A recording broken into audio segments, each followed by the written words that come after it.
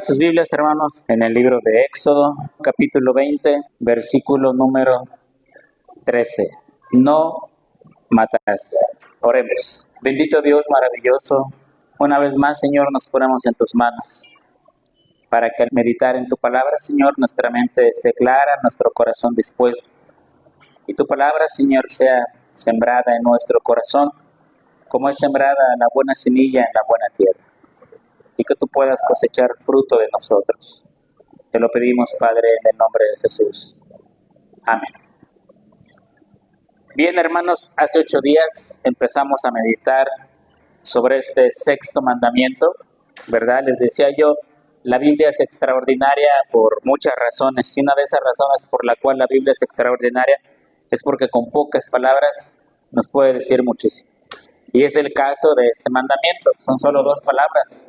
No matarás. Les comentaba yo, hermanos, que este mandamiento, que es el sexto, abre la segunda tabla de la ley. La primera tabla, los primeros 5 mandamientos, tienen que ver con nuestra relación con Dios, no tener otros dioses, no hacer imágenes de Él, honrar su nombre, descansar un día, etc.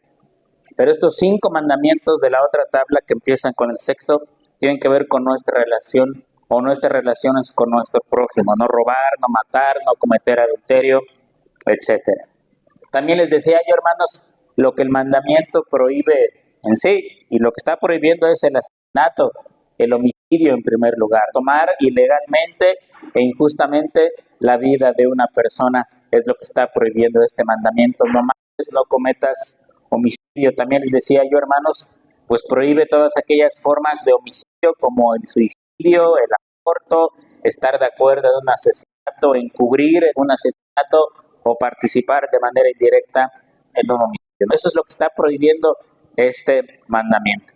Pero les decía yo, los mandamientos no solo prohíben cosas, sino que mandan a hacer cosas. Entonces este mandamiento, por un lado, prohíbe el asesinato, el homicidio, pero por el otro lado, hermanos, el mandamiento manda a cuidar y a preservar nuestra vida y la de los demás. Y eso es algo que todo ser humano lo trae instalado de fábrica, si lo llamamos así. Eso los teólogos lo llaman instinto de supervivencia, que cuando usted está en peligro, usted reacciona de una manera. Cuando usted tiene que correr porque su vida corre peligro, su integridad, usted corre más rápido de lo que pudiera correr, ¿no? Reacciona rápido, tiene más fuerza.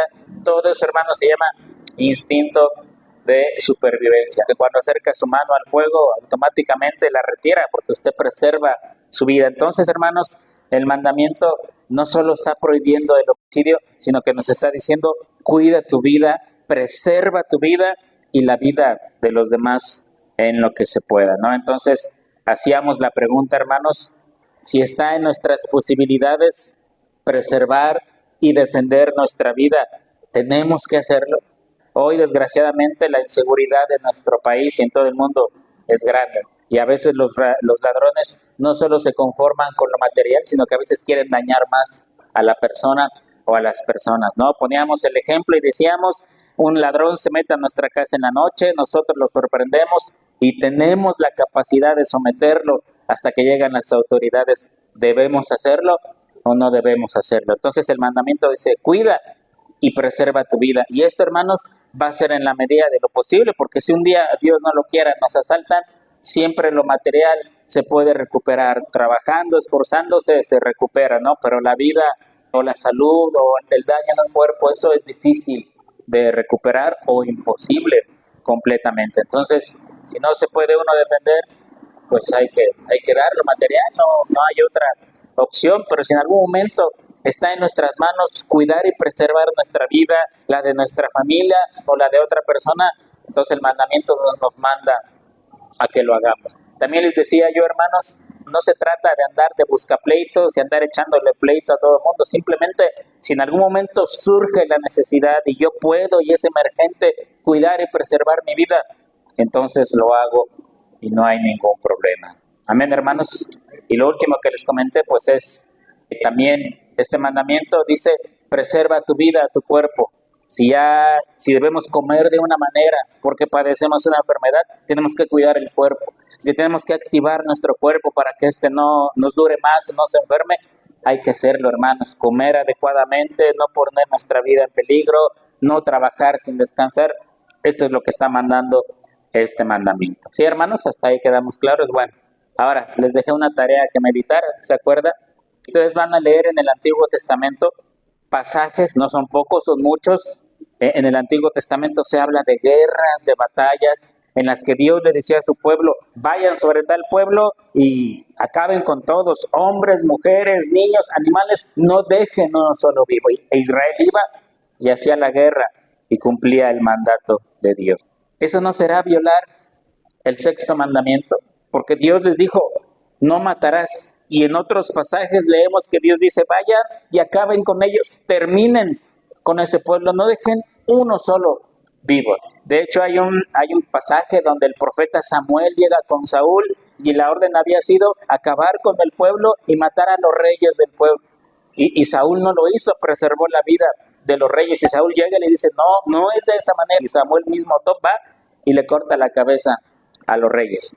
Eso no es violar el sexto mandamiento, hermanos. Eso no es estar matando. Ahora, aún más, hay gente que nos pregunta a los cristianos y nos dice, a ver, ¿cómo está eso en la Biblia? En el Antiguo Testamento, Dios manda a la guerra, Dios le dice a su pueblo, vayan y acaben con tantos, y hay mucha guerra, mucha violencia, muchas batallas. Pero en el Nuevo Testamento ya no es así. Ahí aparece el Señor Jesucristo dando un mensaje de paz, de amor, etcétera, etcétera. ¿Sí me explico, hermanos? Dicen, ¿cómo es posible eso? Algunos, incluso algunos cristianos, creen algunas de las siguientes ideas. Hay algunos que dicen, es que en el Antiguo Testamento es un Dios guerrero, un Dios que tiene ejércitos, un Dios que hace cosas, pero en el Nuevo Testamento ya es otro Dios, un Dios de amor, de misericordia, de paz. ¿Será esto cierto, hermanos? Hay otros que dicen, lo que pasa es que en el Antiguo Testamento Dios estaba con todas sus fuerzas. Dios tenía todo su poder, toda su capacidad y por eso mandaba a su pueblo a la guerra y por eso castigaba el pecado. Pero en el Nuevo Testamento Dios ya está más viejito, Dios ya está más cansado, Dios pues ya tolera más el pecado y ya no hace la guerra. ¿Será eso cierto, hermanos? Dice la Biblia, Dios no envejece, Dios no se cansa con cansancio, dice el profeta. Otros más dicen, es que en el Antiguo Testamento el que gobierna es Jehová de los ejércitos, un Dios fuerte, un Dios guerrero. Pero en el Nuevo Testamento Jehová deja de gobernar y entonces su Hijo Jesucristo es el que empieza a gobernar y su Hijo Jesucristo, a diferencia de Jehová, Él es amoroso, misericordioso, compasivo y paciente. Por eso ya no hay esos mandatos de ir a la guerra. ¿Cómo explicamos esto, hermanos? Si alguien nos pregunta y nos dice, ¿por qué en el Antiguo Testamento Dios manda a su pueblo incluso a matar? Y en el Nuevo Testamento el Señor Jesucristo dice, si alguien te pega en una mejilla, ¿qué tienes que hacer? Poner la otra. Ya ni hablemos siquiera de cometer homicidio, no. Si alguien te pega en la mejilla derecha, tú ponle la izquierda también. ¿Cómo compaginamos esos problemas? No podemos decir que es un Dios el del Antiguo Testamento y otro Dios el del Nuevo Testamento. Es el mismo Dios, hermano. El mismito que mandaba en el Antiguo Testamento es el mismo del Nuevo Testamento. No podemos decir tampoco que en el Antiguo Testamento Dios era fuerte, joven y con todas sus fuerzas, y en el Nuevo ya está cansado, es un anciano que tolera y perdona todo. Tampoco podemos decir eso, porque Dios no se cansa, Dios no envejece. Tampoco podemos decir que en el Antiguo gobernaba el Padre, que es Jehová, y en el Nuevo gobierna el Hijo. No, hermanos, no podemos decir ninguna de esas cosas. Vamos a leer dos pasajes clásicos de esto. Hay muchos, pero vamos a leer dos pasajes clásicos de este asunto. El primero está en Deuteronomio, capítulo 7, versículo 1. Voy a leer del 1 al 5, hermanos. Vayan poniendo atención en la lectura. Cuando Jehová tu Dios te haya introducido en la tierra en la cual entrarás para tomarla, y haya echado delante de ti a muchas naciones, al Eteo, al Gergeseo, al Amorreo, al Cananeo, al Fereceo, al Ebeo y al Jebuseo, 7 naciones mayores y más poderosas que tú, y Jehová tu Dios las haya entregado delante de ti, y las hayas derrotado, las destruirás del todo. No harás con ellas alianza, ni tendrás de ellas misericordia. y no emparentarás con ellas. No darás tu hija a su hijo, ni tomarás a su hija para tu hijo, porque desviará a tu hijo de en pos de mí, y servirán a dioses ajenos. Y el furor de Jehová se encenderá sobre vosotros, y te destruirá pronto. Mas así habéis de hacer con ellos. Sus altares destruiréis, y quebraréis sus estatuas, y destruiréis sus imágenes de acera, y quemaréis sus esculturas en el fuego. Dios le está diciendo a su pueblo, vas a entrar a la tierra que le prometía a Abraham, a Isaac y a Jacob. Pero en esa tierra hay 7 pueblos, 7 naciones, ahí ponen los nombres de todos, ¿no? Todos eran cananeos, todos vivían en Canaán, pero estaban divididos en esas naciones. Dice, son pueblos más poderosos que tú, son pueblos que ya estaban en la tierra prometida. Y luego dice, pero yo las voy a echar delante de ti. Es más, tú los vas a derrotar, tú les vas a hacer la guerra y tú los vas a destruir. Y no vas a emparentar con ellos, no vas a dar a tu hija para sus hijos, ni tomarás de sus hijas para los hijos tuyos. Y una vez que los hayas destruido a todos, vas a quemar sus altares y destruir todas las figuras de sus dioses falsos. Eso vas a tener que hacer. Ahora, la Biblia nos enseña, hermanos, que a todas las naciones paganas, a todos los pueblos que tenían otro Dios que no era el Dios verdadero, y a sus dioses les ofrecían sacrificios abominables. Incluso muchos de los pueblos tenían la costumbre de tomar niños pequeños y ofrecérselos en holocausto a sus ídolos, a sus dioses. Y cometían pecados, vamos a leer más adelante, que Dios abomina. Dios destruyó a todas esas naciones. Ahora, para destruir a esos pueblos, lo hacía de 2 maneras. ¿Podía Dios mismo destruirlos en persona? ¿Se acuerdan de Sodoma y Gomorra? Bueno, Dios manda ángeles y hacen que caiga fuego del cielo sobre esas naciones y las exterminó. O Dios mandaba a Israel, a su pueblo, para que ellos fueran el instrumento que Dios iba a usar para destruir a esos pueblos paganos. ¿Por qué los destruía Dios, hermanos? Porque eran naciones que tenían mucho pecado, que tenían muchos dioses falsos y que Dios había sido paciente con ellos y no se habían querido arrepentir. Entonces Dios o los destruía él mismo, como Sodoma y Gomorra, o mandaba a su pueblo Israel para que los destruyera. El pecado de esas naciones, el pecado de los cananitas, hermanos, era tan grande, tan grande, tan grande, que ni siquiera la tierra los soportaba. Vean lo que dice Levítico, capítulo 18, versículos 24 y 25. Dios está hablándole a su pueblo de estas naciones. En ninguna de estas cosas os amancillaréis, pues en todas estas cosas se han corrompido las naciones que yo he hecho de delante de vosotros. Y la tierra fue contaminada, y yo visité su maldad sobre ella, y la tierra, ¿qué dice?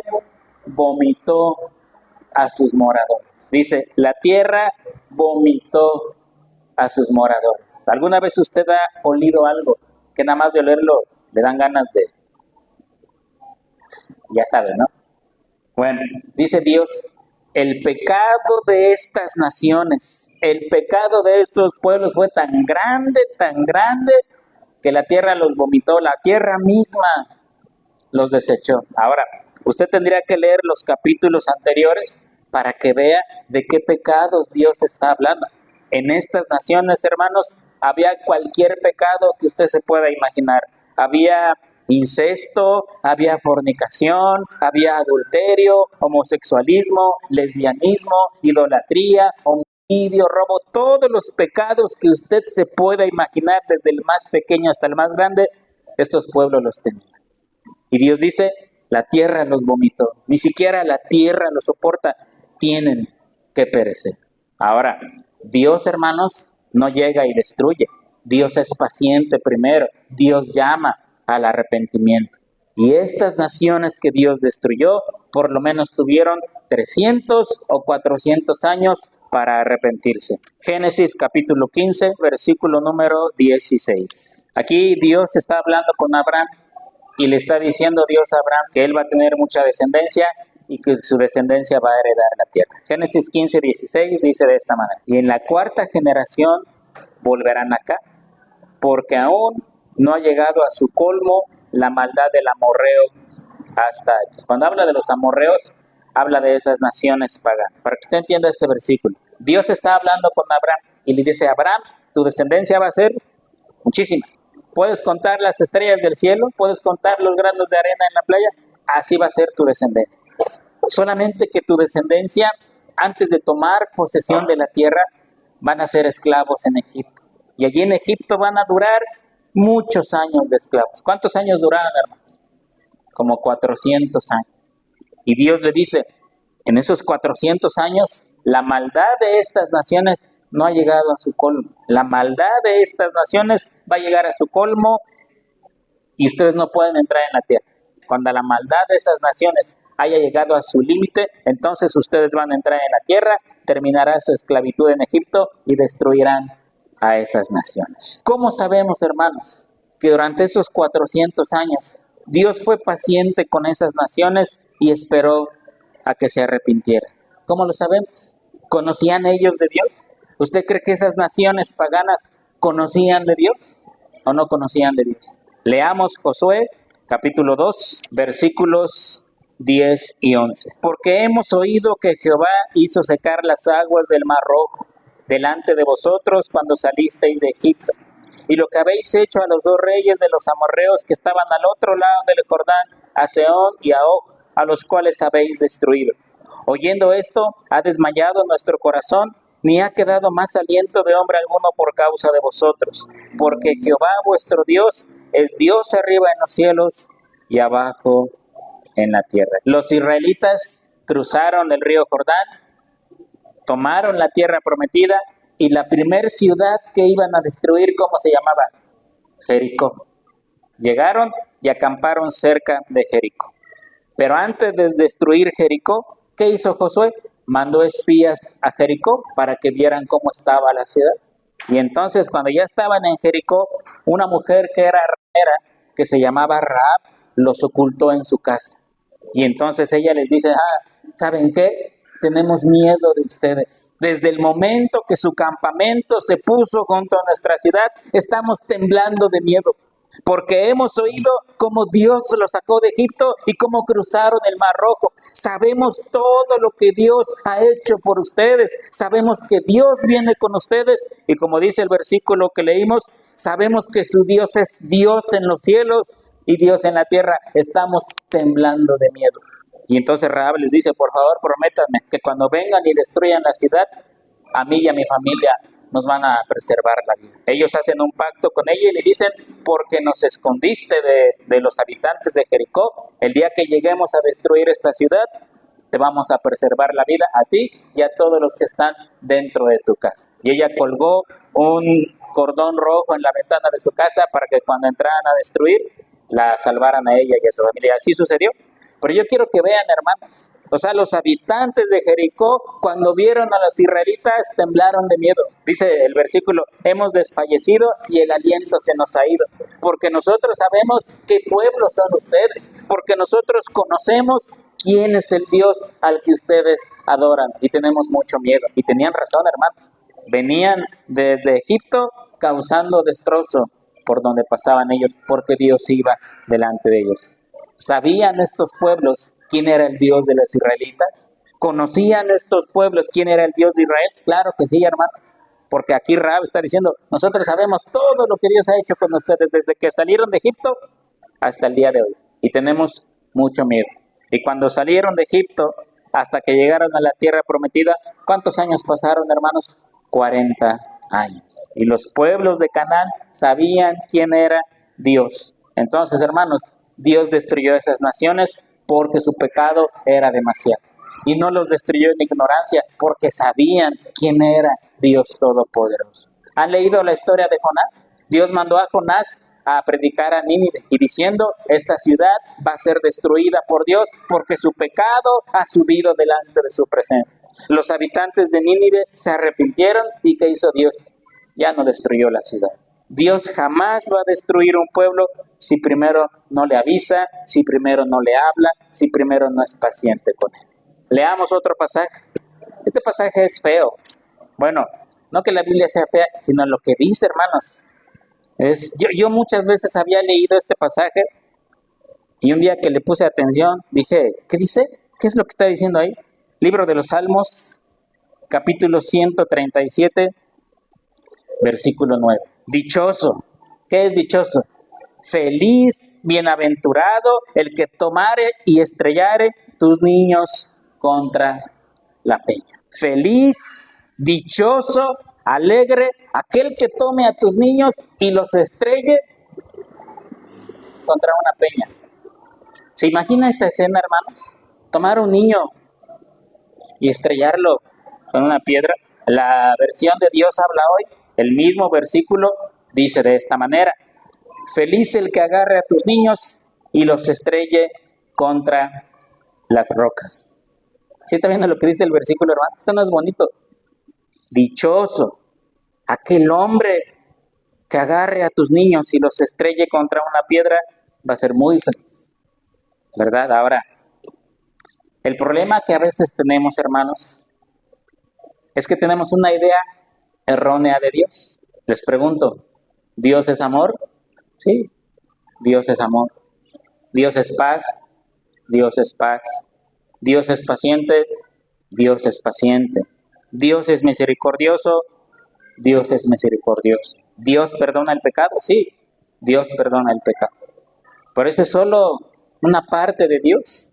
Porque así como la Biblia dice que Dios es amor, paciente, misericordioso, también la Biblia dice que Dios es justo, que Dios es justicia, que Dios es el juez implacable del universo, que Dios no soporta el pecado en su presencia, que Dios no tolera la maldad en su presencia. Tenemos que conocer todo de Dios. Yo no sé si a usted le ha pasado, a mí sí me ha pasado, que usted conoce a una persona. Yo alguna vez conocí a alguien que siempre estaba de buenas, alegre, siempre sonreía. Era la persona más amable del mundo. Jamás la escuché decir una mala palabra y siempre era buena gente. Cuando uno iba a su casa, todo era amor y perfección. Y yo le decía a mi esposa, nadie puede ser así. Todos tenemos nuestro carácter, todos nos enojamos y todos estamos de buenas. Nadie puede ser 100% bueno, amable, lindo, amoroso los 365 días del año, todos los años que dure su vida. En algún momento nos enojamos y el carácter sale. A veces la gente piensa que porque Dios es amor, nunca se va a enojar, jamás va a juzgar al pecador, nunca va a tener ira, nunca va a hacer nada que no sea amor, amor y amor. Por eso, cuando yo veo, y usted las ha visto también, hermanos, películas que pasan en Semana Santa sobre la vida de Jesús, donde ponen a un Jesús que siempre va caminando así, y a todos ama y les habla, venid a mí, hijos míos, y yo os he dicho. Ese es un Jesús de cartón. Ese es un Jesús que no era así, hermanos. Y ahorita les voy a decir por qué. Pero ya vieron este versículo. Dichoso el que tomare y estrellare a tus niños contra la peña. ¿No es eso asesinato? ¿No es eso violar el sexto mandamiento? Quiero que entendamos, hermanos, que el salmista cuando escribió esto, él no está diciendo que quiere asesinar niños. Él no está diciendo que quiere agarrar niños y estrellarlos contra una roca. Leamos un versículo que está en Isaías capítulo 13, versículo número 16. Este versículo no es bonito. Sus niños serán estrellados delante de ellos. Sus casas serán saqueadas y violadas sus mujeres. ¿De quién está hablando aquí la Escritura? Está hablando de Babilonia. Dios está diciendo de Babilonia, un día Babilonia, tus niños van a ser estrellados. Un día Babilonia, tus casas van a ser saqueadas. Un día Babilonia, tus mujeres van a ser violadas. Dice. ¿Por qué? Porque Babilonia fue una nación pagana, idólatra, y sobre todo que oprimió a la nación de Israel. En el Salmo 137 que leímos, que decía, dichoso el que estrellare tus niños contra la peña, el salmista está diciendo, Señor, cumple tu palabra. Señor, cumple tu palabra contra Babilonia. Ahora, regresemos al Salmo 137, leamos desde el versículo 1. Junto a los ríos de Babilonia, allí nos sentábamos y aún llorábamos, acordándonos de Sión, sobre los sauces en medio de ella. Colgamos nuestras arpas y los que nos habían llevado cautivos nos pedían que cantásemos. Y los que nos habían desolado nos pedían alegría diciendo, cantadnos algunos de los cánticos de Sión. ¿Cómo cantaremos cántico de Jehová en tierra de extraños. Si me olvidare de ti, oh Jerusalén, pierda mi diestra su destreza. Mi lengua se pega a mi paladar, si de ti no me acordare, si no enalteciera Jerusalén como preferente asunto de mi alegría. ¿Dónde estaba el salmista cuando escribió este salmo? Cautivo en Babilonia. Estaban cautivos en Babilonia y los babilonios llegaron y quemaron su ciudad, quemaron sus puertas, destruyeron su templo. El rey de Babilonia llegó y sacrificó un cerdo en el altar de Dios. Y entonces cuando el salmista escribe este salmo, dice, Señor, se acuerda de la profecía de Isaías y dice, tú prometiste, Señor, a través de tu profeta Isaías, que ibas a castigar a Babilonia. Yo anhelo el día que tú castigues a Babilonia. Ahora leamos los versículos 8 y 9 de este mismo salmo. Hija de Babilonia la desolada, bienaventurado el que te diere el pago de lo que tú nos hiciste. Dichoso el que tomare y estrellare tus niños contra la peña. El salmista está anhelando que Dios cumpla la profecía de Isaías. El salmista no quiere tomar venganza. El salmista no quiere estrellar niños. El salmista simplemente está diciendo, Señor, un día tú dijiste por boca de tu profeta que ibas a castigar a Babilonia. Ojalá ese día venga pronto, Señor. Y dichoso el hombre que tú uses para cometer tal cosa. ¿Usted se da cuenta, hermanos? Todo tiene un contexto, todo tiene una explicación en la Biblia. Ahora, habrá algunos que digan, bueno, eso sigue siendo el Antiguo Testamento. En el Nuevo ya no hay nada de eso. Segunda de Tesalonicenses, capítulo 1, versículos del 6 al 10. Porque es justo delante de Dios pagar con tribulación a los que os atribulan, y a vosotros que sois atribulados dar reposo con nosotros, cuando se manifieste el Señor Jesús desde el cielo con sus ángeles de poder, en llama de fuego, para dar retribución a los que no lo conocieron a Dios, ni obedecen el Evangelio de nuestro Señor Jesucristo, los cuales sufrirán pena eterna, perdición, excluidos de la presencia del Señor y de la gloria de su poder, cuando venga en aquel día para ser glorificado con sus santos y ser admirado en todos los que le creyeron, por cuanto de nuestro testimonio ha sido creído entre vosotros. ¿Qué está diciendo Pablo aquí? Un día Cristo va a regresar. Un día Cristo va a regresar. ¿Y qué va a pasar con aquellos que no creyeron, con aquellos que rechazaron el Evangelio? Bueno, van a experimentar la ira y el juicio de Dios.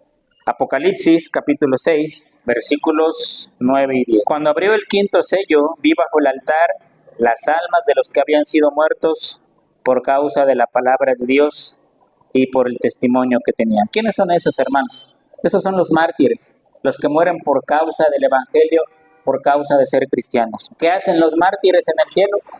¿Cantan alabanzas? No, fíjense lo que hacen, versículo 10.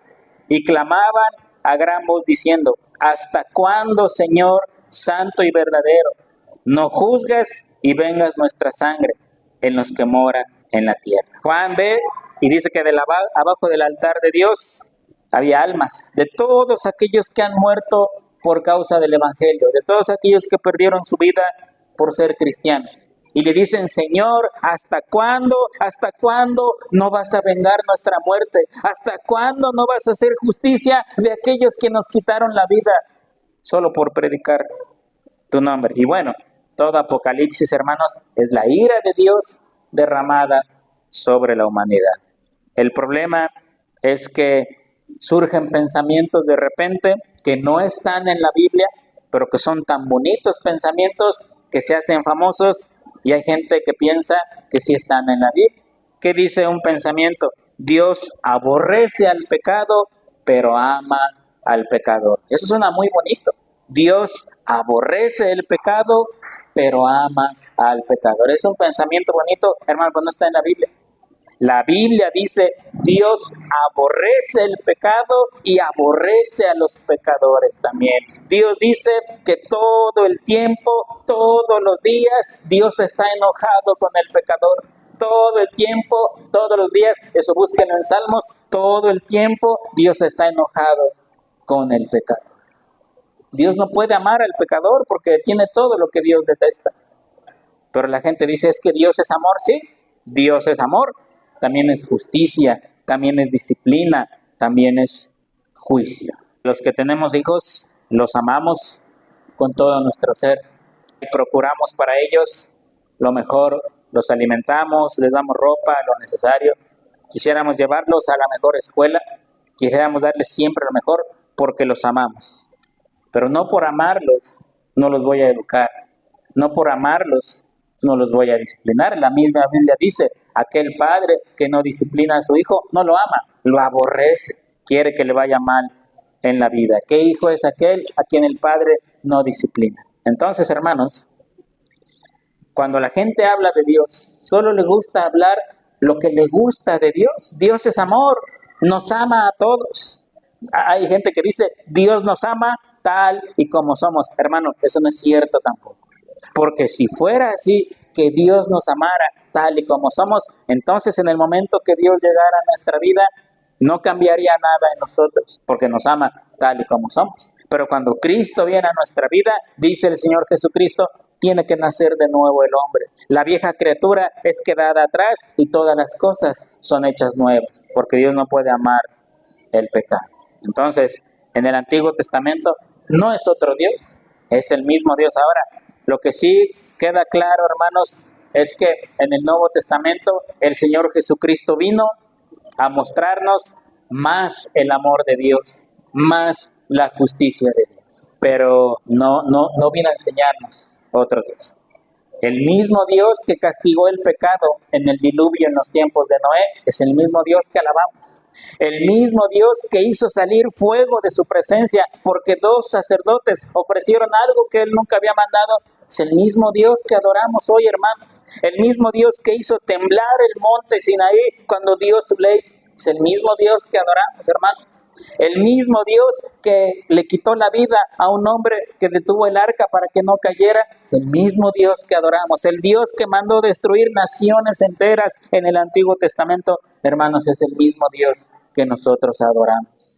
Y el mismo Dios que vino y murió en la cruz del Calvario es el que adoramos y un día va a regresar y se va a llevar a su iglesia al cielo y a todos los que queden en este mundo desatará sobre ellos su ira y su furia y luego los mandará al lago que arde con fuego y azufre y la ira de Dios será sobre ellos eternamente por los siglos de los siglos. Y eso no significa que Dios no sea amor, pero Dios es justo, Dios es justicia también. Hasta aquí pudiera ser que alguien dijera, bueno, hermano, yo creo que el 6º mandamiento no es para mí, porque el 6º mandamiento dice, no mates. Y yo, quizá alguien diga, hermano, yo no he asesinado ni a una mosca nunca en mi vida.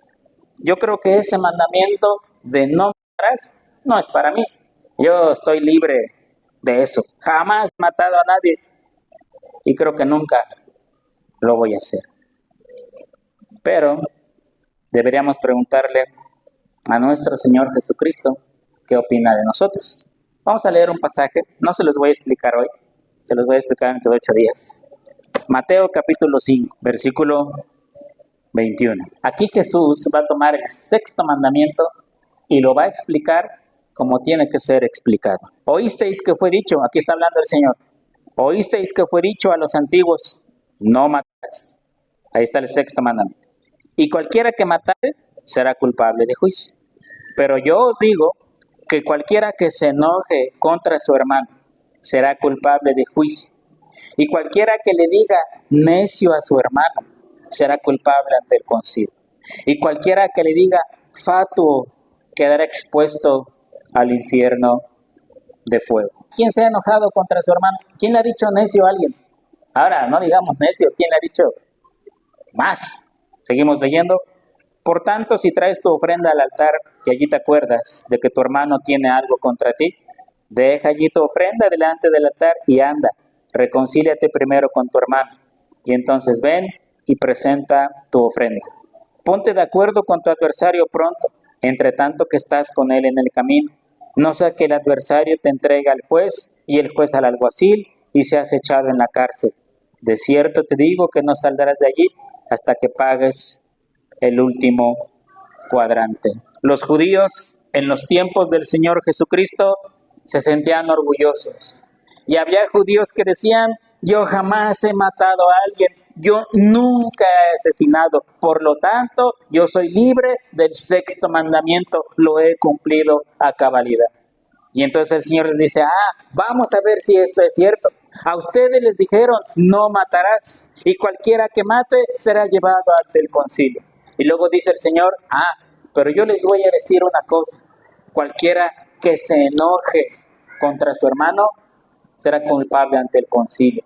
Cualquiera que le diga necio a su hermano será culpable también. Y cualquiera que le diga fatuo a su hermano, ese va a quedar expuesto, no al concilio, al infierno del fuego. Dentro de 8 días meditaremos sobre ese pasaje, hermanos, y después de haber meditado sobre él, veremos si nosotros, sin haber nunca quitado la vida a una persona, somos libres de haber honrado el sexto mandamiento o hemos violado el sexto mandamiento. Oremos. Te damos gracias, Padre Santo, porque tú has dejado tu palabra para que la leamos, para que la entendamos, para que podamos, Señor, tener un conocimiento de ti. Dice tu palabra misma, Señor, gloríese en esto el que ha de gloriarse, en entenderme y conocerme que yo soy Jehová. Ayúdanos a escudriñar todos los días tu palabra, Señor, para entenderte, para conocerte, para saber verdaderamente el Dios que tú eres. Permítenos seguirte conociendo a través de nuestra vida. Te damos gracias, Señor, en el nombre de Jesús. Amén. Dios los bendiga, hermanos.